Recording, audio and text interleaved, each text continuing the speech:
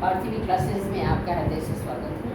ये कंपटीशन की क्लासेस हैं। जो बच्चे ये कंपटीशन की तैयारी कर रहे हैं, जो नेट सेट की तैयारी जो भी कर रहे हैं, ये क्वेश्चन उनके लिए बहुत ही लाभदायक और सफलता के लिए अच्छे रहते हैं। तो देखिए, नेक्स्ट जो श्रृंखला में है आपका जुड़ा हुआ है, वो है क्वेश्चन आपका वसु कहलाते थे। जो हमारे प्राचीन काल में वसु कौन कहलाता था? वे विद्यार्थी जो 36 वर्ष तक शिक्षा ग्रहण करते थे, या वे विद्यार्थी जो 24 वर्षों तक शिक्षा ग्रहण करते थे, या वे विद्यार्थी जो आजीवन शिक्षा ग्रहण करते थे, या इनमें से कोई नहीं। तो जिसका करेक्ट आंसर है वो विद्यार्थी जो आजीवन शिक्षा ग्रहण करते थे। नेक्स्ट आपका क्वेश्चन है रुद्र कहलाते थे। अब ये रुद्र कौन था? ये विद्यार्थी वो विद्यार्थी जो 40 वर्षों तक शिक्षा ग्रहण करते थे। बी में वे विद्यार्थी जो 24 वर्षों तक शिक्षा ग्रहण करते थे। वे विद्यार्थी जो 36 वर्षों तक शिक्षा ग्रहण करते थे। उपरोक्त में से सभी। तो इसका जो आंसर है करेक्ट वो क्या है? ऑप्शन सी, वे विद्यार्थी जो 36 वर्षों तक शिक्षा ग्रहण करते थे। अब देखिए नेक्स्ट क्वेश्चन है विद्या आरंभ संस्कार संपन्न कराने का कार्य किसका था? जो हमने बताया था आपको पाटी पूजन होता है, उसको कौन कराता था?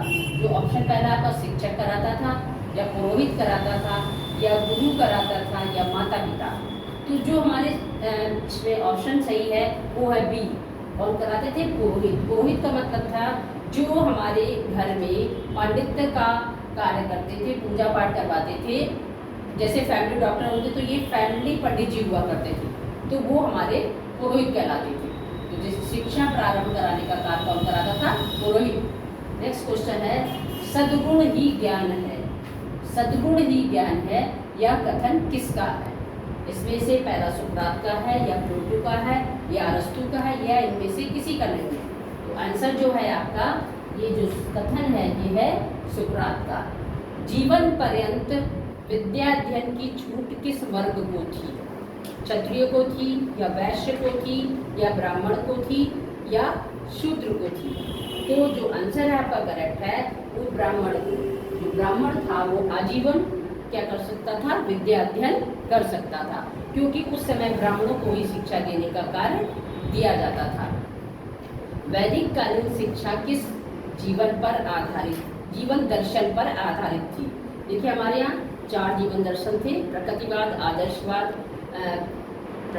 आदर्शवाद, व्यवहारवाद, और एक और है दिमाग में अभी समय नहीं है। तो प्रकृतिवाद, आदर्शवाद, व्यवहारवाद, इसमें से जो हमारा जो वैदिक कालीन शिक्षा जो जीवन दर्शन आधारित था वो किस पर आधारित था? आदर्शवाद।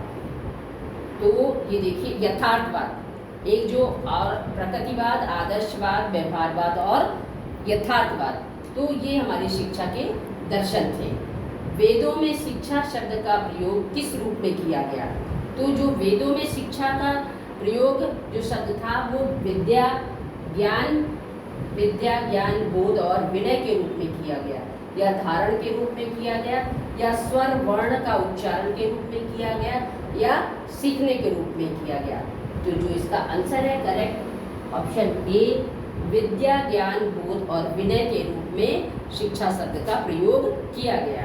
नेक्स्ट जो है क्वेश्चन आपका वैदिक शिक्षा का उद्देश्य क्या था? वैदिक शिक्षा किस प्रकार की शिक्षा थी?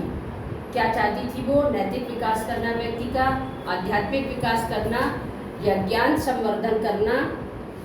क्या उसका उद्देश्य था? तो जो इस वैदिक शिक्षा का उद्देश्य था आध्यात्मिक विकास करना, यानी कि उसका सीधा संबंध था व्यक्ति का मोक्ष प्राप्त कराना, व्यक्ति को मोक्ष प्राप्त कराना, जो आध्यात्मिक शिक्षा से जुड़ा था। तो देखिए ये जो आज हमारी श्रृंखला यहीं पे समाप्त होती है, और आप इसी प्रकार के क्वेश्चन पाने के लिए हमारे चैनल पर जाएं और वहीं इस हमारे से लाइन से सब्सक्राइब कर लें, और वहीं से लिंक से आप जुड़े और उसको डाउनलोड करें, और हमारे ये जो चैनल से जुड़े लोगों को भी पहुंचाएं, जिससे कि सभी को इतनी चीज़ें प्राप्त हो सके।